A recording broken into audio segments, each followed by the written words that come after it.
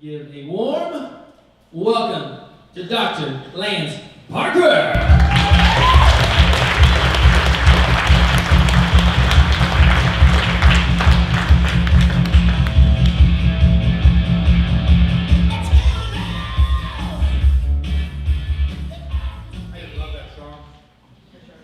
And you probably like it if I turn the microphone on.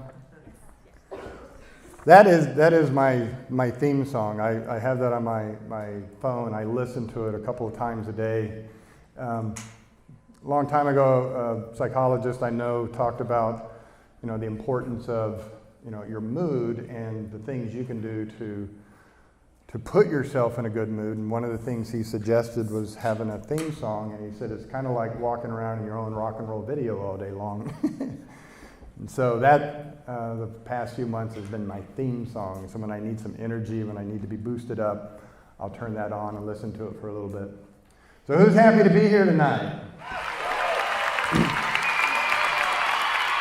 Who's ready to be a criminal? We got 3 over here.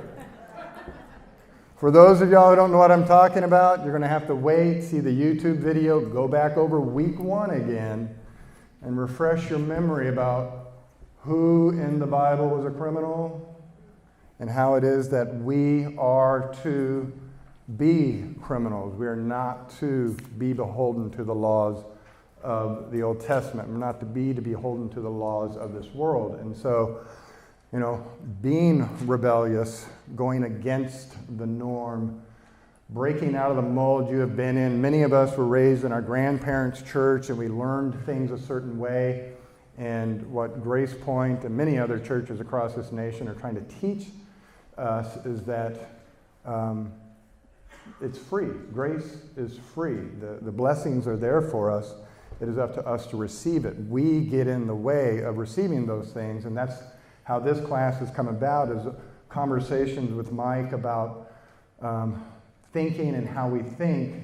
He began to really help me connect those to our spiritual walk and how we think interferes with our ability to connect spiritually.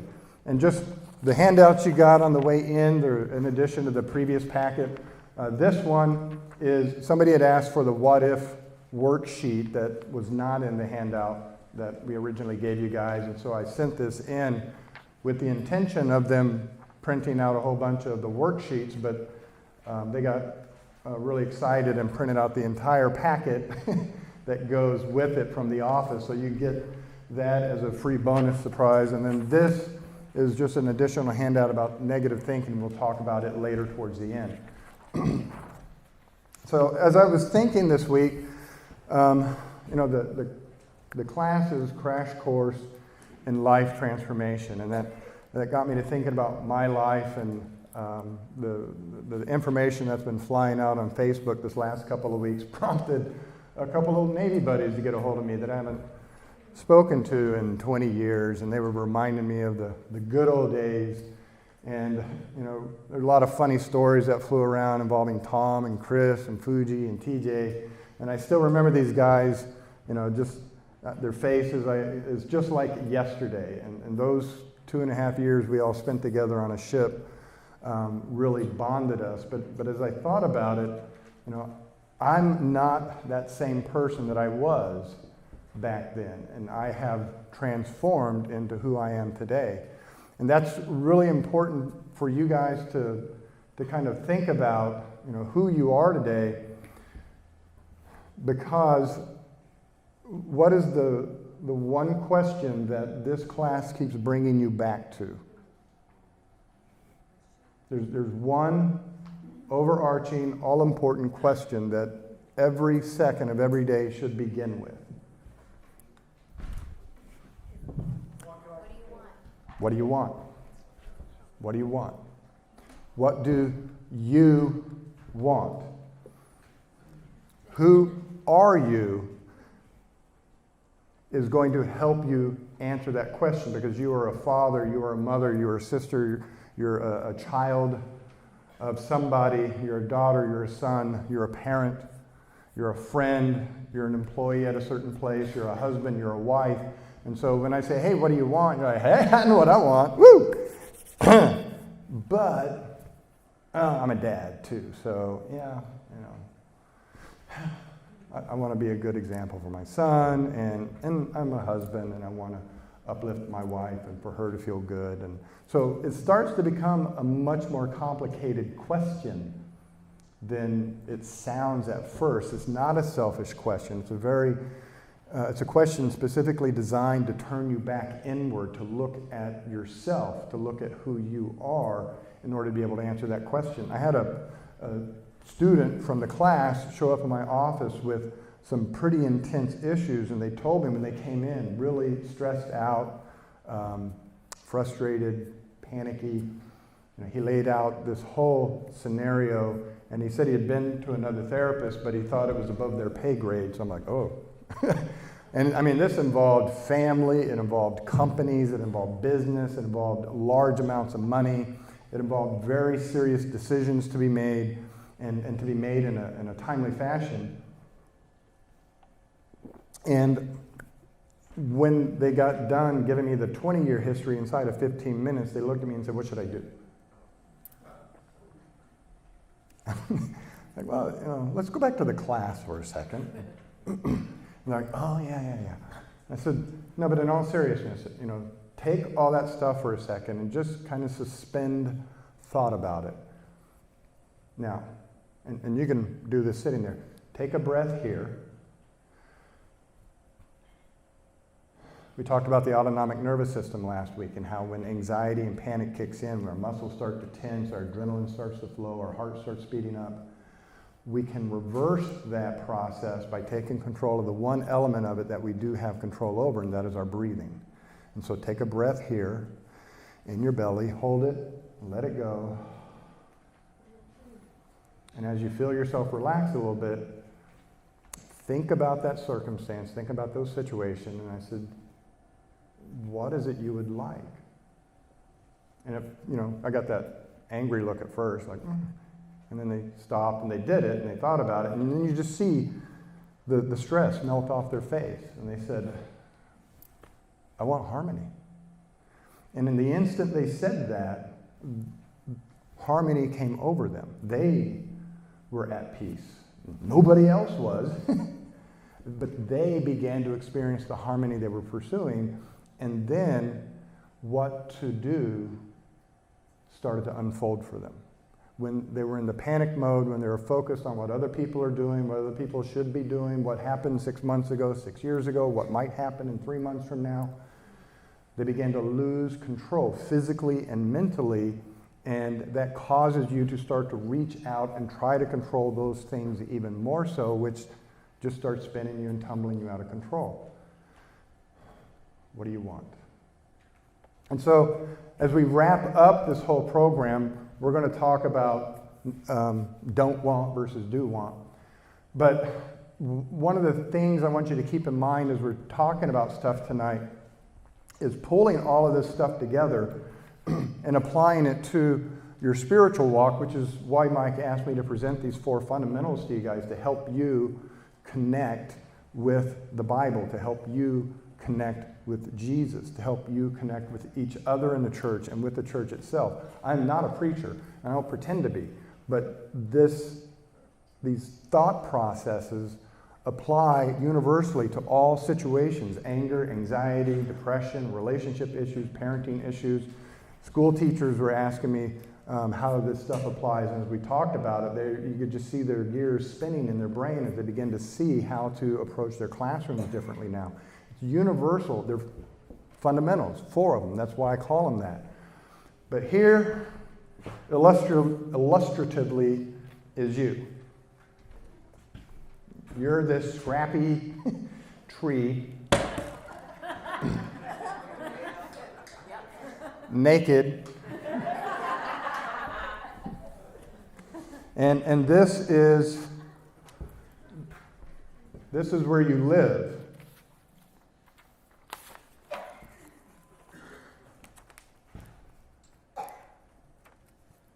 And so for you, how well you grow, how bushy your branches become, how green your leaves become, is dependent upon the soil and the nutrients and everything that you're tapping into. And right now, most of us are tapping into the world and the worldly way of thinking that, might makes right, do unto others for they do unto you. Get all that you can, big trucks, big cars, big money, don't let other people walk on you. And so this is where we're drawing our nutrition from. Now we know at a kind of an academic level, we know that this ain't right. We can't live this way. We got to go to church. We got to get better. We got to get right with the Lord. And so we see, we see the church. We see the Bible. We see other people living, these beautiful lives, and they seem so happy, and they're in this wonderful place that we envision as Christ. And we know the Bible says for us to get in Christ. But that means we have to, give up that worldly stuff. And so a lot of us kind of do this. we snug up next to it.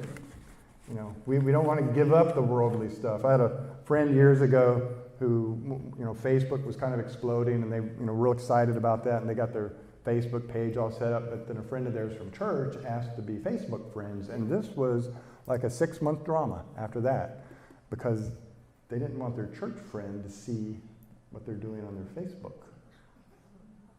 which was worldly stuff, going to the lake and Party Cove and woo. But at church, they were different. So they would snug up next to Christ, but they couldn't understand why nothing was really changing. And then some of us will even do this.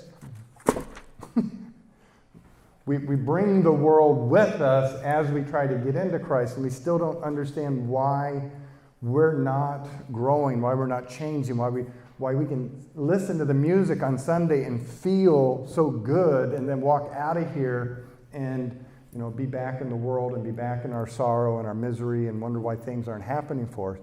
It takes a leap of faith. It takes an understanding that I have to get myself planted in a new way of being. I have to get into the Word. I have to draw nutrients from a new soil. I have to get new water poured on me. And once I begin drawing in these thoughts, these ideas, the information, the data, the suggestions, the advice, the guidance that's in the New Testament, that's in the Bible, and those lessons, as I begin to draw those things up, now imagine how I'm going to grow after that. And that's where the disconnect has always been. We see the New Testament and we tell ourselves, well, I should be doing this, and we read the parables and we're like, okay, well, I shouldn't judge other people, and none of that is true. The parables are, the issues in the parable are not the issues. The issues that are presented in the parables are illustrations of how to think about things. There's one parable I always hear people talk about that, Jesus was approached by a rich man, and he said, how do I get into heaven? And Jesus standing there, he's not dead yet. So he said, well, how do you get into heaven? You follow all the laws. You do everything, that the law says. He says, I do all of that. He says, well, okay. Sell all your stuff and follow me. And he hung his head and walked off. He couldn't do it. Now, does that mean that you shouldn't be rich? Because Jesus turns around and tells his disciples, it's super hard for the rich to get into heaven. Does he mean that if you're rich, you're not going to get into heaven? He's illustrating something here that this is a perfect illustration. He's asking a man to give up the worldly ways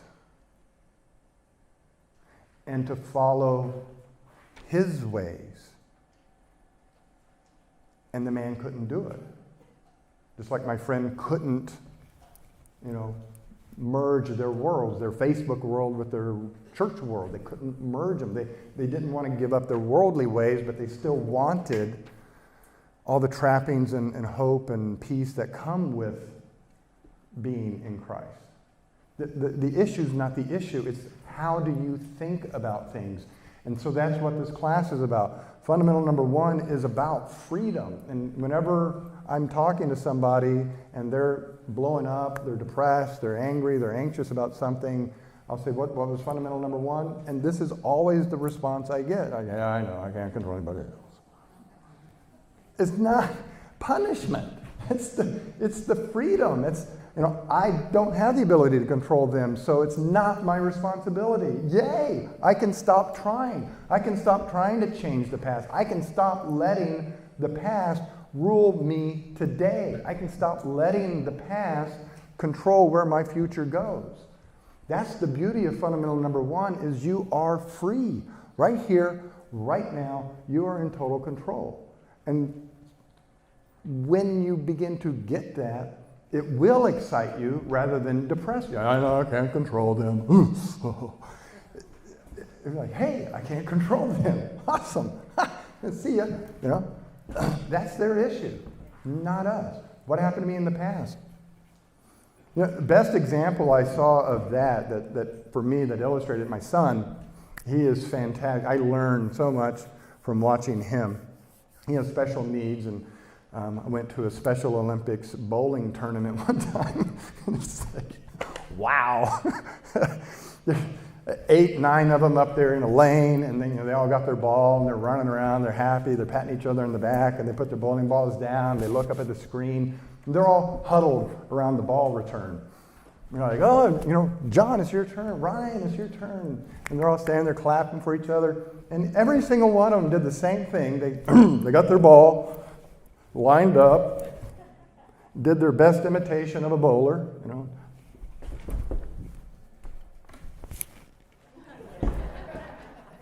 and watched the ball waka, waka, waka, waka, waka, waka, into the gutter, but they continue to watch the ball.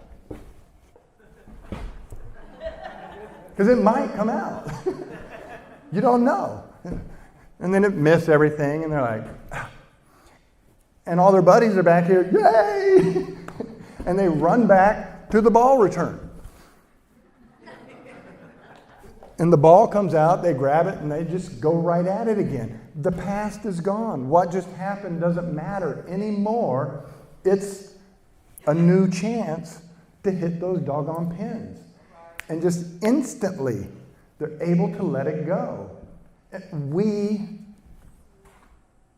How long do we hang on to stuff?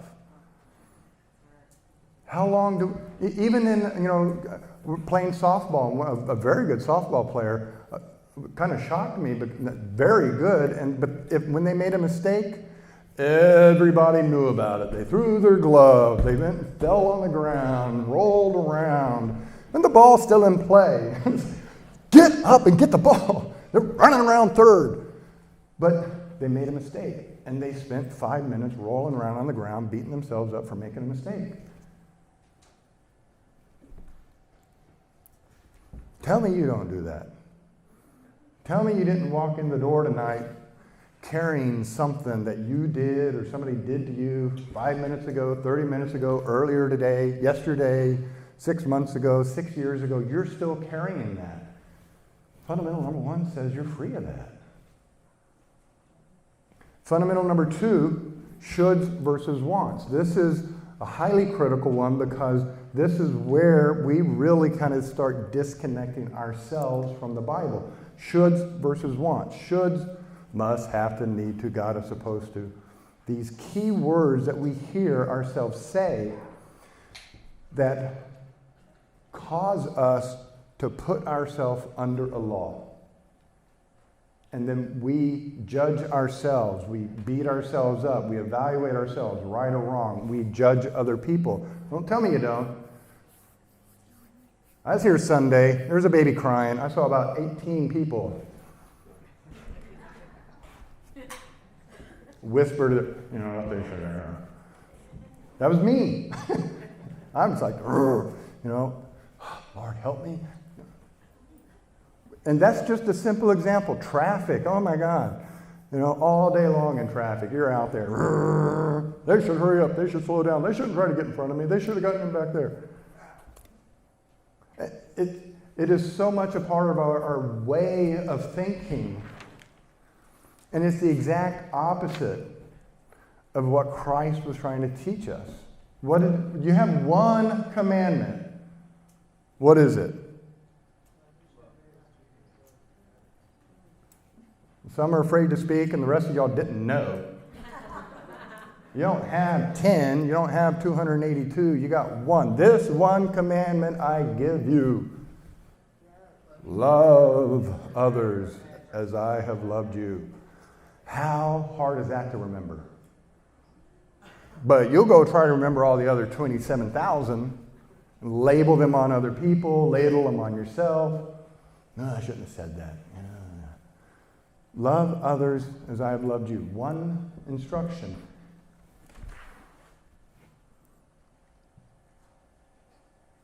How do we get to a place to operate from love? By letting go of judgment, by letting go of the past, by letting go of worries about the future. Love others as I have loved you. Why do you try to get that little speck out of your brother's eye and you have this big old log in yours? He ain't talking about wood, people. He's talking about how you approach the world. Martha, Mary. Martha's in there cleaning the kitchen all mad because Mary's sitting in there listening to Jesus tell stories. And she got so upset about it. Notice she didn't go to Mary. That's how mad she was at Mary. She was going to embarrass Mary. Lord, tell her to get in there and help me. What did Jesus say to her? It's right there. There are very few things in this world that are needed. Should, must, have to, need to, gotta, supposed to.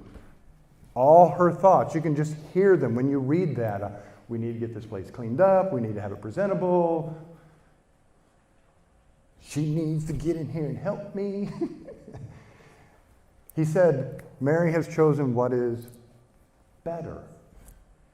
And that will not be taken from her. It won't be taken from her for two reasons. One, he's not going to tell Mary she should act like Martha, because Martha's acting wrong. Martha is thinking wrong.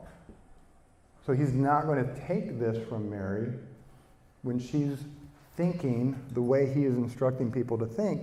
And the second reason he won't take it from her is once you think about what you want, you start to feel good. And then once you get what you want, you feel good. When does that go away? You know, to illustrate what we're going to talk about tonight, when I opened it with a really dumb example about my car in the parking lot, windows down, it's starting to rain, I'm up here, I'm a big bundle of nerves, and y'all told me to go roll up my car window, right? You didn't tell me to go stop the rain. Can't control the rain, thus we illustrate fundamental number one. We can't control certain things. When we understand that, it frees us to get our attention on the things we can control. Now, why did you tell me, and why would I, in this silly example, go roll up my car window? No, really, why would I roll up my car window? I don't want it to get wet. Here's fundamental number 4. There are two ways to look at all circumstances.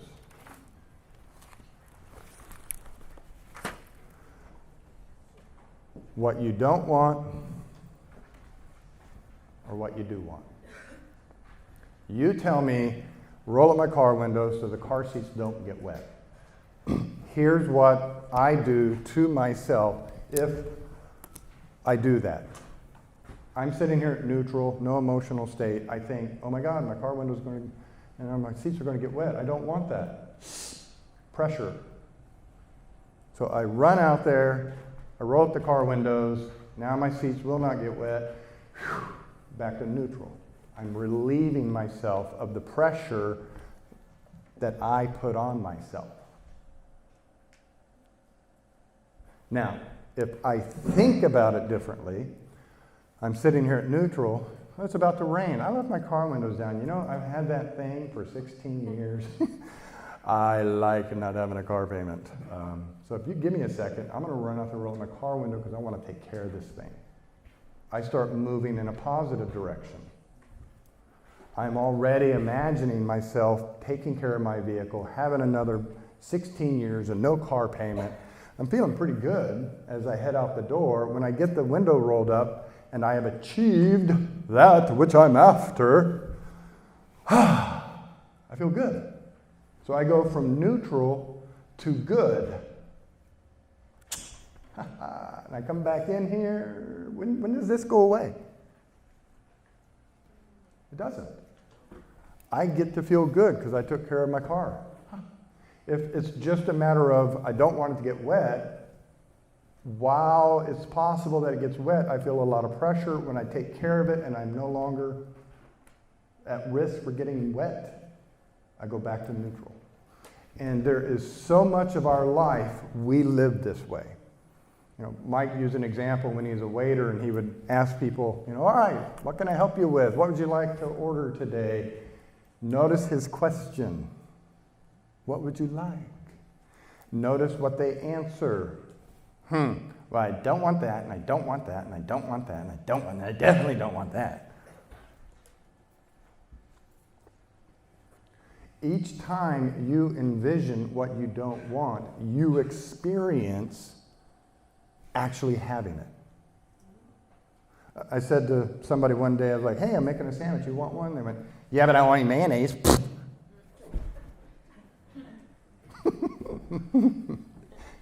In that brief second, they experienced getting a sandwich with the goop of mayonnaise on it and biting into it and being grossed out. Do they have a sandwich in their hand? It's not even made. But their experience is having a sandwich with junk in it. You know, I don't know about that. Where is this coming from? Who's creating this negative experience in this moment? We do this all day, every day, you know. I'm guilty of it. I'm leaving the office like, oh crap, I got all this stuff I got to do before 5 o'clock. Woo, I better hurry up. I got to get it all done. I don't want the judge to be mad at me. I don't want those families calling again, asking where the report is. Run around, I get it all done. Whoo, I feel good. No, I don't. I'm having a great day.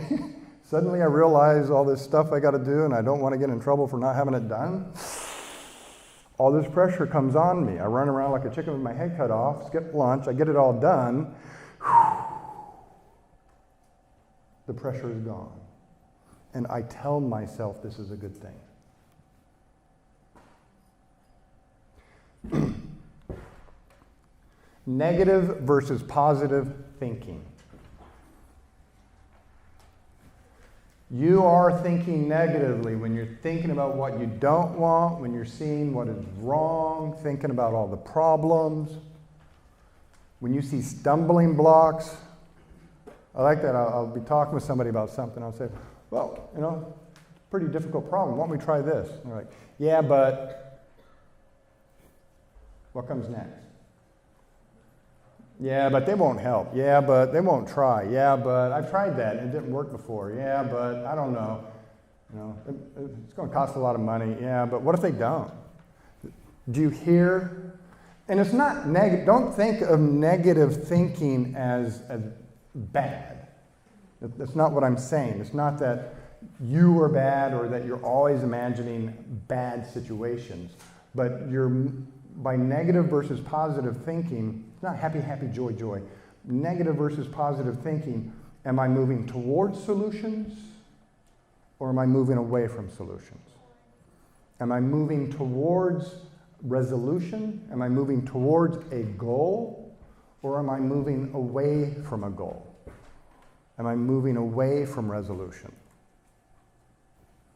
So if I see stumbling blocks, if I'm feeling stuck, I don't know what to do, this isn't working, that isn't working, and that won't work, and that won't work, I am constantly seeing stumbling blocks. I feel defensive. So what would you like to talk about today? What? Why? They're thinking negatively. They're thinking I'm trying to interrogate them. I mean, you realize you don't have to be here. You're not on parole. Yeah, I know that. What do you want to know? I was just asking what you'd like to talk about today. Well, I don't know. What do you want to talk about? Football, actually. Feel suspicious. Being reactive. Who's in charge of what you're doing, what you're saying? Are you reacting to the other person? Well, they said this, so are you reacting to something from your past? Are you reacting to something you're imagining about the future? Well, they're going to be in a bad mood, so I better get ready to punch them. I mean, am I reacting to things as opposed to positive thinking where I'm thinking about what I do want, when I am seeing what is right? When I'm thinking about solutions, seeing solutions to problems, when I'm feeling hopeful, when I'm being proactive. You know what? When I go home tonight, I want a nice, relaxing evening. So when I get in, I'm going to get the dogs fed. I'm going to get some food ready to go. And I'm going to see what's on TV. I am thinking proactively. I'm planning a nice, relaxing evening. As opposed to reactive. Well, I want to relax, but when I get home, those damn dogs are going to be barking at me. I'm being reactive, so I'm thinking negatively. I'm bringing up negative thoughts, bad situations, things I don't want, and it causes me to experience them right here, right now, and feel bad. I am in control of my experiences. So negative thinking versus positive thinking. Negative thinking prevents you from taking action. It is so hard to solve an issue when all you can imagine are negative events that have occurred, negative events that are occurring now. You will be seeing negative events in the future. So, yeah, but we'll do this. It'll last 6 months, and we'll be right back where we were. There's a Dyson commercial. I always thought it was kind of interesting. The guy created the first bagless commercial, and everybody, or vacuum cleaner, and everybody copied him after that. But he was talking about when he was working on inventing it. He said he'd tried 1,000 different designs. And if you remember the commercial, he said, what did he learn? 1,000 different ways not to make a vacuum cleaner. That's it. I tried 1,000 different designs. I learned 1,000 different ways not to do it. So he tried again. He's had a goal. I'm going to create a vacuum that doesn't need a bag. People have goals. And they work on them, and lo and behold, they change our entire lives. You know, now who wants a vacuum cleaner with a bag in it? Oh. But back when he was working on it, they were like, oh, who doesn't want a vacuum cleaner with a bag? I mean, this is stupid. Don't be trying that. You're like, hey, I want one. He was thinking in a positive direction, looking for a solution. You prevent relationships from flourishing. It is hard to, on two levels. Do you want to be around somebody who's always negative? So you're going to push people away when you're being negative. I had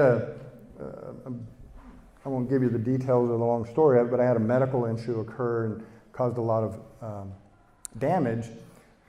And afterwards, somebody was trying to make me feel better, and they looked at me, and this is what they said, something to the effect of, I'm going to quote, I can't remember what I ate yesterday. But they looked at me and said, oh, yeah, at least you didn't lose a leg. Now, I just got 23 stitches, my life is ruined, and they're at least you didn't lose your leg. And we do that to people. When somebody's suffering, we'll say, you know, it could be worse, right? Do you mean well when you say that to somebody? You're trying to help, right? But think about it. And I'm not being smart aleck. Think about it. Here's neutral, happiness is up here. I've got some sort of medical issue, I'm down here. So what's your solution? Make me feel down here for just a moment, so when I'm back up here, it's still not that bad. I'm still depressed, I'm still upset, I'm still hurting, but when I concentrate on something really traumatic, then this isn't so bad. How is that?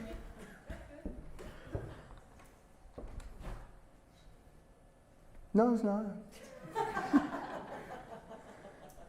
But we do that. One of the things in the Bible that,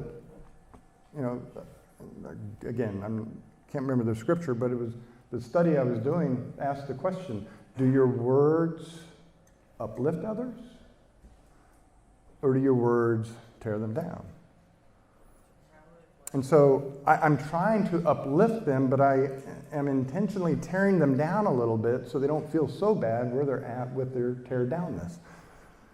And so it takes a lot of effort to understand how to speak to somebody to take a situation and lift them up. And then you begin to build these relationships because now people want to be around you. You're connecting with them. Prevent you from advancing your career. I mean, if you're constantly seeing everything wrong with your job, everything wrong with your salary, everything wrong with your boss, everything wrong with the company, how are you going to advance? What do you want? What do you want in your career? Well, I don't want to be here in the next 20 years. Well, what do you want? Well, I don't want to be stuck making this amount of money. Well, what do you want? I don't want to work for this guy anymore, I'll tell you that. What do you want? Do you want a better job? Do you want a better salary? Do you want to be working indoors instead of outdoors? Do you want to work with people who are much friendlier than the people you work with? What do you want? Once you start to articulate that for yourself, then you begin to see that destination down the road. This is fundamental number 3. What if? What if all these horrible things happen? Step 4 of the worksheet. What is it you would like? How would you like things to be? Envision that. Now that you've got that vision in mind, you can see how to get from here to there. Simple example. If I asked you, all right, I've got this really important meeting. I've got to be there in half an hour. How do I get there? Anybody tell me? How do I get there? How do I get to this meeting? Where are you going? That's, where are you going? What's in Dallas? You're not going to make it. Not going to make it. Once I give you the destination, then you can plot out the route. You could tell me if it's even an achievable goal. You can tell me if I'm going to go down I-35 or I-70, or if I need to catch a plane. But if you don't know where I'm going, you can't tell me how to get from here to there. So if you don't know where you're going in your career, you don't know whether to stick it out at this company or to transfer to another company or to go back to school and get some education. You don't know what to do. All you're doing is reacting to the negative events going on around you. So you can't advance in your career. You can't advance in your relationship. You prevent yourself from having a more meaningful, deeper relationship with God. What is our job as Christians? I don't know. Be more Christ-like, right? Love others as I loved you. Paul says, transform yourself through the renewing of your mind. So our goal is to become more Christ-like. So now that I begin to think, this is what I want, well, how do I get there? Now the answers start to come to me, whether I'm going to listen to podcasts or watch religious movies or actually read the book. It's been sitting there on my shelf for a while. I haven't really cracked it open yet. Am I going to read the book? Am I going to listen to what Mike has to say on Sunday? Am I going to take some of that information and begin to apply it to myself? How do I apply it to myself? Once I start thinking in a more positive fashion, I can begin the transformation process. It's not that you should love others. It doesn't say that anywhere. Love others as I have loved you. Throughout. Romans 12:2. Transform yourself. How? Through the renewing of your mind. That's what this class is all about, is trying to help you see the tools of how to get control of your thinking so that you can become unstuck, so that you can become empowered, and for the first time in your lives, perhaps, actually be in control of what's going on. And so transform yourself by the renewing of your mind. Why? I don't know. Why are you doing it? Why are you attempting to transform? Read the book. It tells you. Transform yourself by the renewing of the mind so that you may begin to discern. What does discern mean? Figure out, understand, tell. So you may begin to understand and figure out what? The perfect will of God. God created you. He created you exactly as you are. So in your way that you are at this very moment, you are perfect. There's nothing wrong with you. The only person who's saying there's something wrong with you is you. You sit in judgment of yourself, and you have all the evidence lined up here over the last 30, 40 years, your experiences in the Navy, to prove of how sorry an individual you are. And so you judge yourself differently than God judges you. You are choosing to think negatively when He's like, hey, I made you exactly like you are. I didn't make any mistakes. You are the righteousness of God.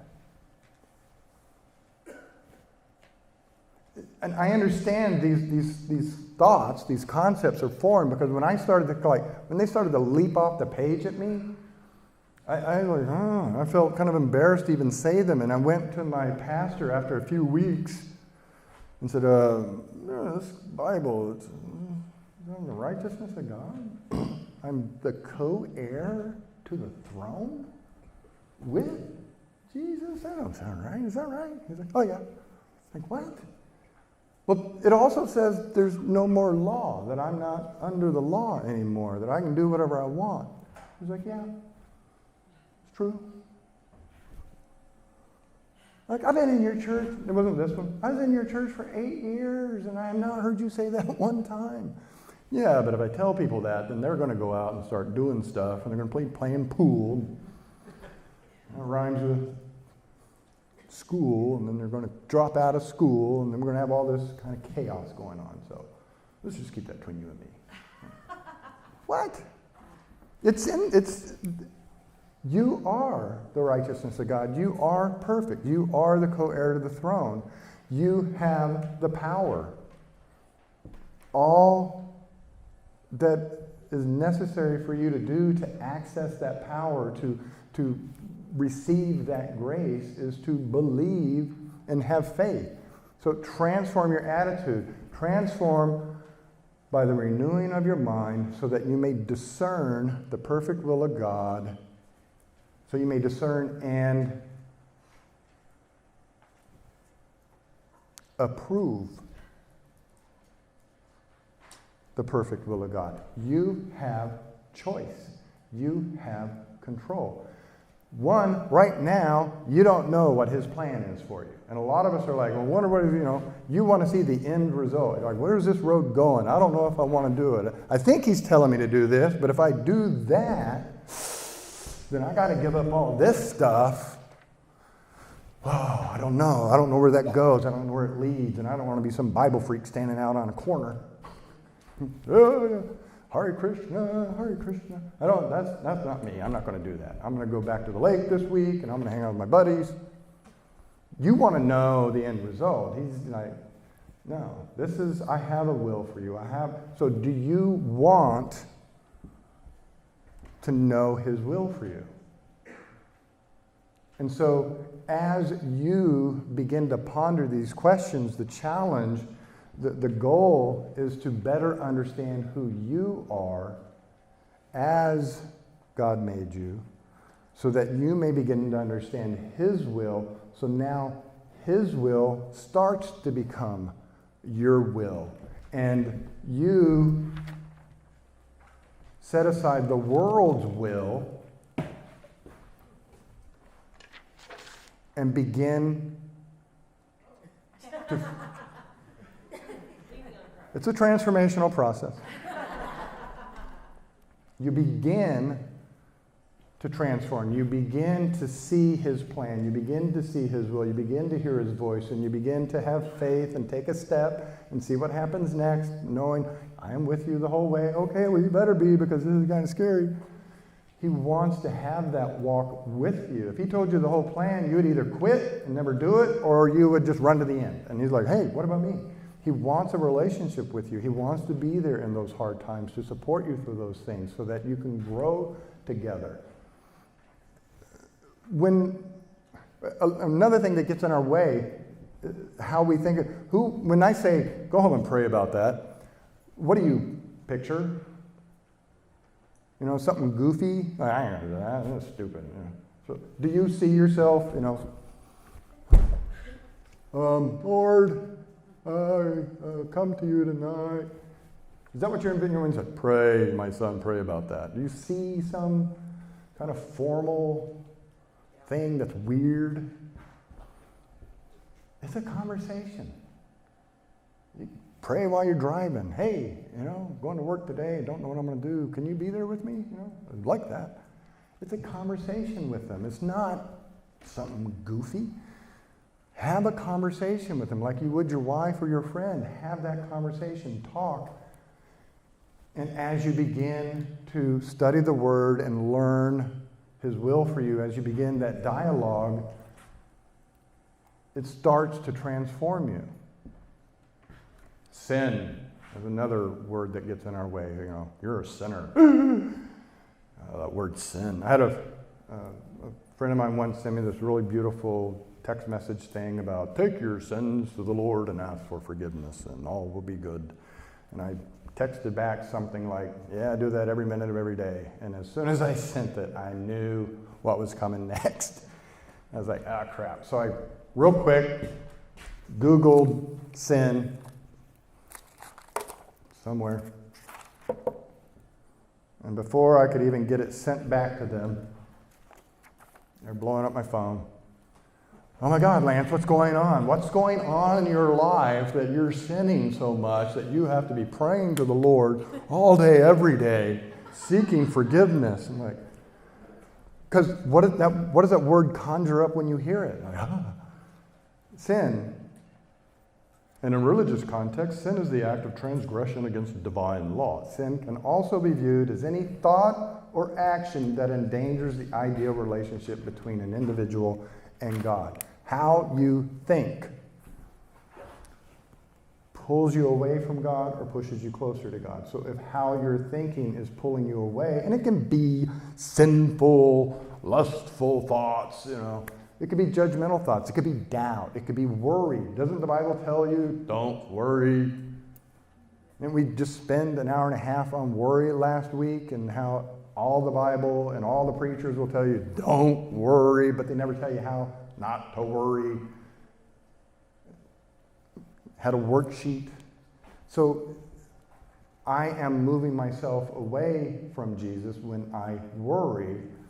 So by definition, that's sin. Just the word makes you feel bad, makes you feel ugly. Practice deciding what you want with simple matters. The movie, was it Runaway Bride? Anybody admit to seeing that? There's a part of it that I don't know y'all picked up on, but at some point towards the end, Richard Gere asks her, what kind of eggs do you like? And she's like, what?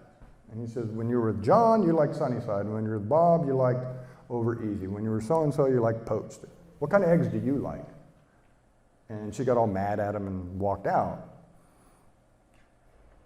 And at the end of the movie, after everything blows up and he's back in New York, she knocks at the door and he's like, oh, what are you doing here? She's like, I like my eggs. Oh, Denver omelet, I don't know. I think she said she didn't like him at all. Doesn't like him at all? And that's part of this process that I'm talking about. What do you want? And you would be surprised, and I'm saying you're being surprised because you're probably sitting there right now thinking, but I am constantly surprised by the number of people who cannot answer that question. What do you want? I don't know. What do you want? I don't know. So you're in this relationship with this person. What would you like? Well, I don't want him to hit me anymore. Great. That's a start. What would you like? Well, I don't want to be here 5 years from now. Good. Where would you like to be? They can't do it. I had another friend of mine who came after one of these classes and said, all my life, I've never made a single decision based on what I want. Everything has been what I don't want. So transform your attitude as you begin this process. Fundamental number 1, 2, 3, 4, don't want, do want. Start looking inside yourself. What are your values? What are your principles? What's important to you? And it can be a springboard from what I don't want. Like, well, I don't like mayonnaise. All right, we got that. So if I don't like mayonnaise, then I must like ketchup. Let me try ketchup. Yeah, I like ketchup. It can be a springboard. Well, I don't like, so what would I like? Read scriptures daily. The more these instructions, the more you have these words in your mind, when moments arise, that's when these words can rise up inside of you and have meaning or impact or power. The fundamentals, let's begin building your new identity. We've been talking about, one great thing, Mike asked at the beginning that how many of you have thought, man, my friend should be here. Oh my God, my wife really needs to hear this stuff. And a lot of you raised your hand. Well, and that's not a bad thing. But what I want you to do is I want you to own that. I want you to listen to other people. I want you to see what's happening in their life as they violate these 4 principles. You know why? This is exactly what you're doing. They just said should. And look how mad they got. That is so funny. They're all pissed off over there. They're should. Blah, blah, blah. All right, we need to get out of here. Dang it. You will hear this stuff in other people before you begin hearing it in yourself. I told you, lady walked in right out of the class, and every word out of her mouth was should. I'm like, do you remember the class at all? Oh, wow. And it's just not natural. You don't see these filters loaded into your brain. You have to really pay attention and listen for them. And you're going to hear them in other people, but I want you to use that as an opportunity to begin to hear them in yourself. And each time you hear them, and I say practice this stuff on small things because that's easy. It's not important. The more you practice it on the small things, the better you become at the exercise. The better you become at the exercise. It's the whole wax on, wax off concept. Karate Kid, anybody with me? He had them waxing the cars, and he got all mad because he's using him to wax all his cars, and he punched at him and he blocked it. By waxing the cars, he had been practicing a defense move. And so by practicing these on the little things that really don't matter, we should go to bed right now. Ah, there it is, should. I just said should. Let me back that up. I would like to go to bed. I would like to wake up refreshed in the morning. and go to bed. Have a good chuckle, laugh about it. But each time you walk yourself through it, you start to change the filter. The goal is one day, you're like, what time is it? I'd like to go to bed. I didn't say should. Some people, like Mike, it comes real slow. Other people, it comes more quickly. Does it matter? A professor once had a son, and he was telling me that when his son was 45, he told him, Dad, I think I'm gonna go ahead and go to college. That was like my first shock, is here's a professor whose son didn't go to college. I'm like, what? He said, yeah, I'm gonna go to college. And he told me that a couple weeks later, his son called him back and said, that's stupid. Why was I even thinking that? I ain't going to college. I'll be 50 years old before I graduate. God, what was I thinking? And he said a couple weeks after that, he was over at his son's house, and he said, well, I went down, registered for college today. You just told me you weren't going to do that was a stupid idea. He goes, yeah, I know. I said I'd be 50 before I graduated. And I realized I'll be 50 when I don't graduate. So it came to me, what do I want? Do I want to have a degree? When you begin thinking like this, your life begins to transform. When you begin to apply these principles to your walk with Jesus, your spirit begins to transform. You begin to draw these nutrients up from Christ. It starts to fill you up. You begin to think differently. You begin to understand what the book is trying to tell you, and that it is a book to make your life better. I came so that you may have life in abundance. How many of you feel like you're having life in abundance right now?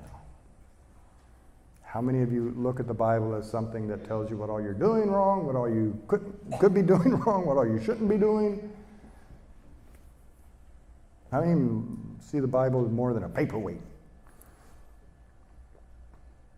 It's freedom.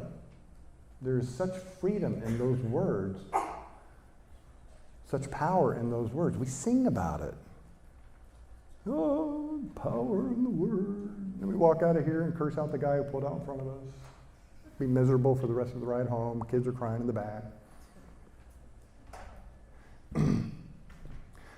I had a random brainstorm, and this is what came out of my brainstorm. I nailed this out in about 30 minutes. I couldn't let it go, so this is what I want you to be able to do with this stuff. And so we have a situation where I'm sitting there practicing guitar with somebody, and his phone goes bleep, bleep, and he looks down, and it's a text message from his mother, and he rolls his eyes, sets the phone back down. I get a text, so I know the family. Is my son ignoring me, or does he have my phone number blocked? Now, first of all, what did you just hear that happen? Did you hear my voice? It's hard to read this without putting that tone of voice in there.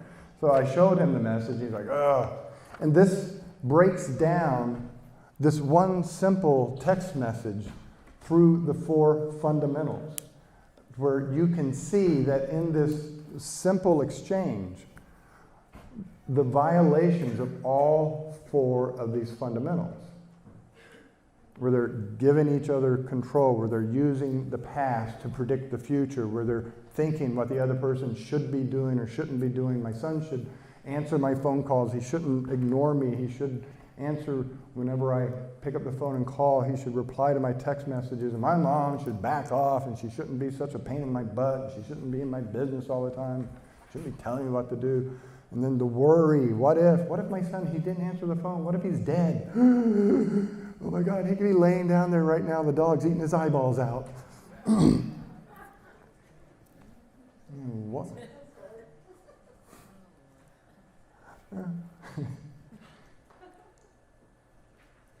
the negative thinking that is occurring in both of these people's brains. What does she want? Suspend all that other stuff for a moment. This is a mother with a son, and just knowing that, what does the mother want?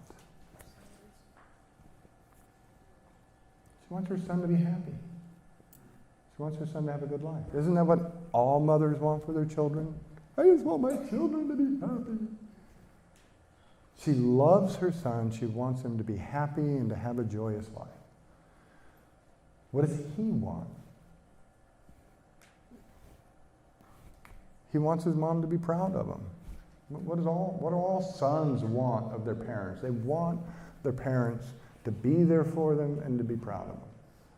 But when you start reading through this and look at what all the drama that went on surrounding this one simple text message, are they, either of them, getting anything near what they want? And when you look at this and what I've written out here, you begin to see where each of them is preventing themselves from getting what they want.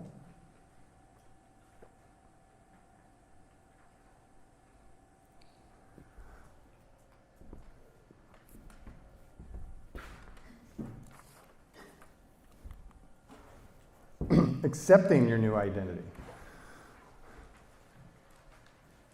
This is where, okay, I'm getting this, the 4 fundamentals, think differently, okay, the adulterous woman, it wasn't about adultery, it was about not judging yourself, it's about doing better, forgetting the past, do better, forgetting the past, do better. It's the bowling, okay, I missed the pins, next. Missed the pins, next. I miss the pins almost every day in my life. I miss the mark all the time. What am I going to do next? Accepting your new identity. This is where faith comes in. Faith without deeds is no faith at all. And so we think, I got to go out and feed the homeless, and that shows my faith. Yes. No. Not unless God's message to you is to go feed the homeless, but okay, I got to read my Bible 7 times a week. I got to do these certain prayers. I got to should, must, have to, need to, gotta. You're making laws that you got to follow. With your friends, with your girlfriend, with your boyfriend, with your children, with your parents, how does it feel when they do something nice for you out of obligation? All right, I have vacuumed the floor. There. Or, yes, I love you. You happy? Does this make you feel good? When they do what they're supposed to do?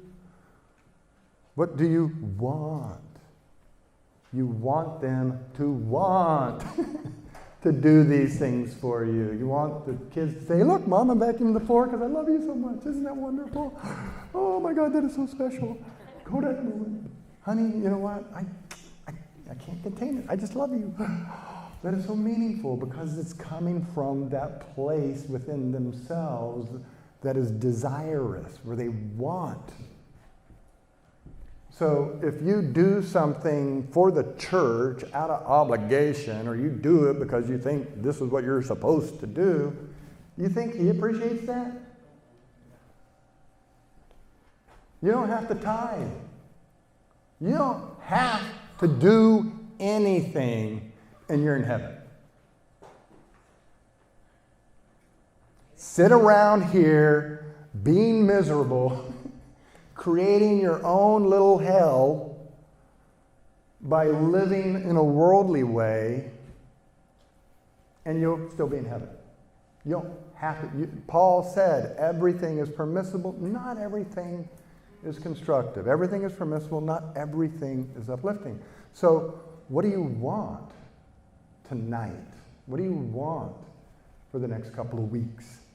What do you want your life to be like? Do you want to begin to see those blessings pouring out on you in health and in relationships and in life and in money? Do you want to experience God's grace that they sing about in the music?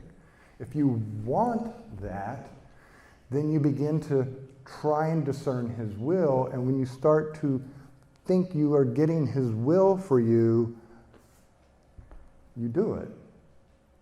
Now, your faith is having a deed. You're doing what it seems like he's calling you to do, and you're doing it relying on him. Now, your faith is working for you. But there cannot be anywhere buried inside of there any must, should, have to. I'm tithing because I'm supposed to. Well, don't tithe. I don't want it. Here, I've got you a Valentine's Day card. That! February 14th every year. This sucks. Isn't that how you give money to the church? Don't lie to me. Man, I'll put in the record. Stupid song today. I shouldn't put 20 in there. I should put 5. Music was horrible. Isn't that how? I knew a couple who one time said they actually wrote their check based on what they thought they got out of the service that day. It was a business transaction. Well, I felt pretty uplifted today. What do you think? You know, let's make it for 25.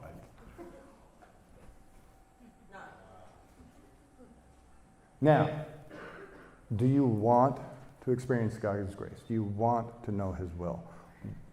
What are your deeds evidencing of your faith? Now, do you give money to the church to show God that I am relying on you? You said in the Bible, test me on this. Give to the church of your first fruits and see if I don't pour out the storehouses of heaven onto you. Let's do it. Let's see what happens. So, accepting your new identity means stepping out there. It means opening your Facebook up to other people in the church so that they can see what you're doing on the weekend. Have faith in your new identity, stepping out there. God supplies the power, but you're in control, so you must flip the switch. This is one of the more powerful set of things that I came across, the understanding that you know, the sermon series that Mike's going over right now is Ephesians, where it says God can do such miraculous things, more than you can even imagine. God can do such miracles, such crazy, impossible things that you can't even imagine what he can do. And we're like, yeah, that'd be wonderful, wouldn't it? But it goes on. How does he do these things? Did you read that part? Were you awake when Mike mentioned it? He does these things through you. Oh. You mean I'm involved? Ooh. I didn't know that. Yeah, you have the power. It's up to you to flip the switch. You know, if I went home tonight and my electricity, my lights are off in my house and I'm standing there in the dark, I've paid my bill, and I call Westar and say, it's dark here. What are they going to tell me to do? Yeah. Flip the switch, dummy. We're sending power to you. Flip the switch. The Bible keeps telling you different ways. I am giving you power. I can do crazy, miraculous things that you can't even imagine. Flip the switch. Begin to transform your mind. Begin to try to discern his will for you. Begin to take those steps. Accept his good and perfect will for you. Step forward in faith that he's got you. And you will begin to do those miraculous things.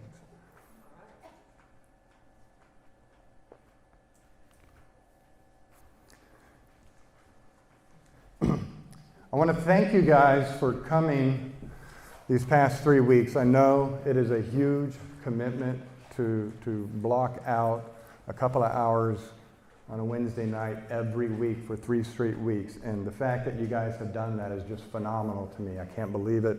I'm impressed. I'm really overwhelmed by the amount of support that this class has had. And so I want to commend you and thank you for doing that.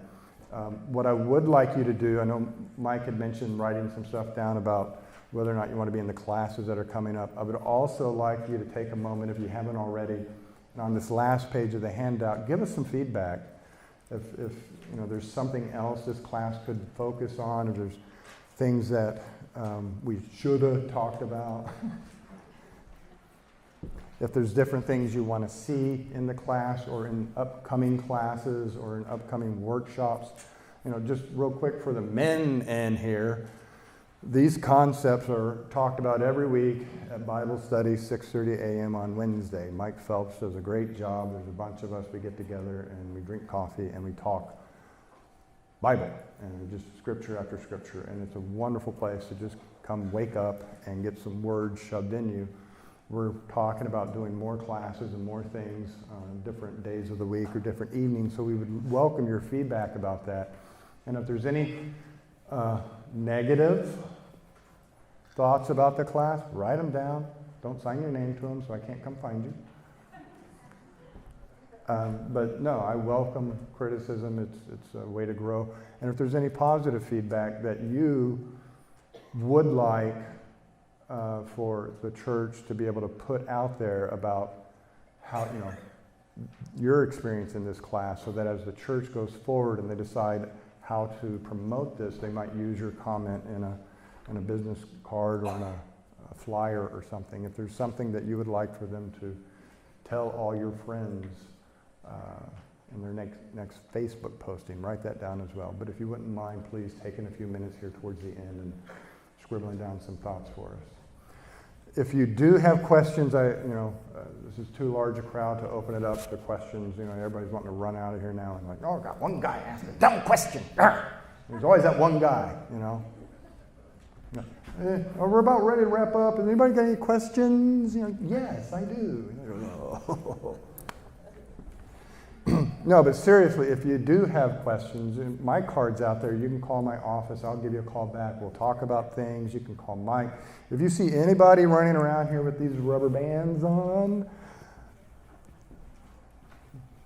ask them the question, because I would want them to be able to answer it for you. And just a thought about that while I'm grabbing it. Somebody told me that we should have made these wristbands a little thinner, so that whenever you caught yourself saying should, snap it. Well, what's wrong with that? It's punishment. But this is not about punishment. This is the whole counter message here. Don't punish yourself. I shouldn't say should. But an excellent idea, and it's not my idea. None of these ideas here tonight are mine, by the way. I'm just bringing stuff to you. But a wonderful idea I heard was to kind of set a clock. Say, okay, I'm going to set a goal, 21 days, not complaining, because it means I'm investing in shoulds. Not worrying means I'm investing in what-ifs. Not saying should. And whenever I hear myself saying should, must, have to, need to, complaining, worrying, giving control to other people, whenever I hear myself violating these 4 fundamentals, stop and move it to the other wrist. Now say what it is you would like.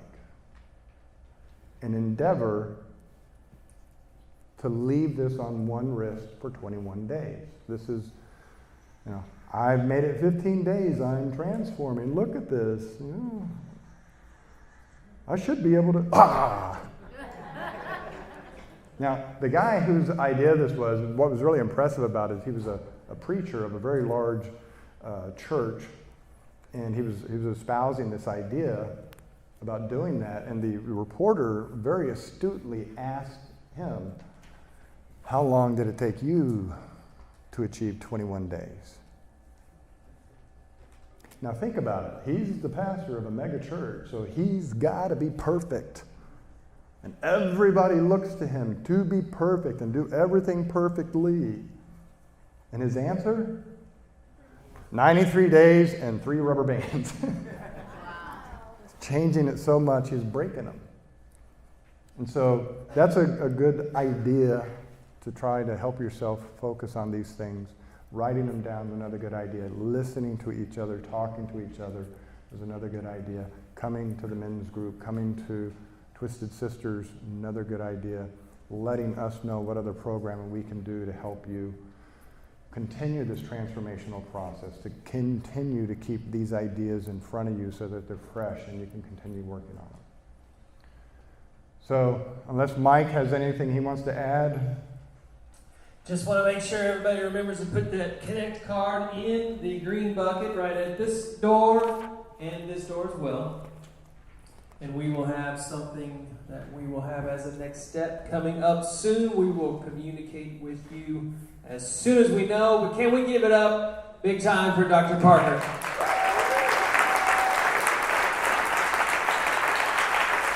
Thank you. And I'll let you close us with prayer. Dear Heavenly Father, we want to thank you so much for this opportunity to connect with other people and to share ideas. And dear Lord, I just simply pray that you have reached out and began touching people's hearts, opening their minds, opening their eyes, peeling back the scales, so that they can begin to see their world anew and to let go of the past and to stop worrying about the future. And Lord, strengthen them so that they recognize that they have such an incredible amount of power in them that if they would just simply slow down and tap into it, the mighty change they could unleash for themselves and their family. Dear Lord, I pray that you be with everybody tonight, keep them warm and safe, and continue to work within them to help them transform. In Jesus' name we pray. Amen.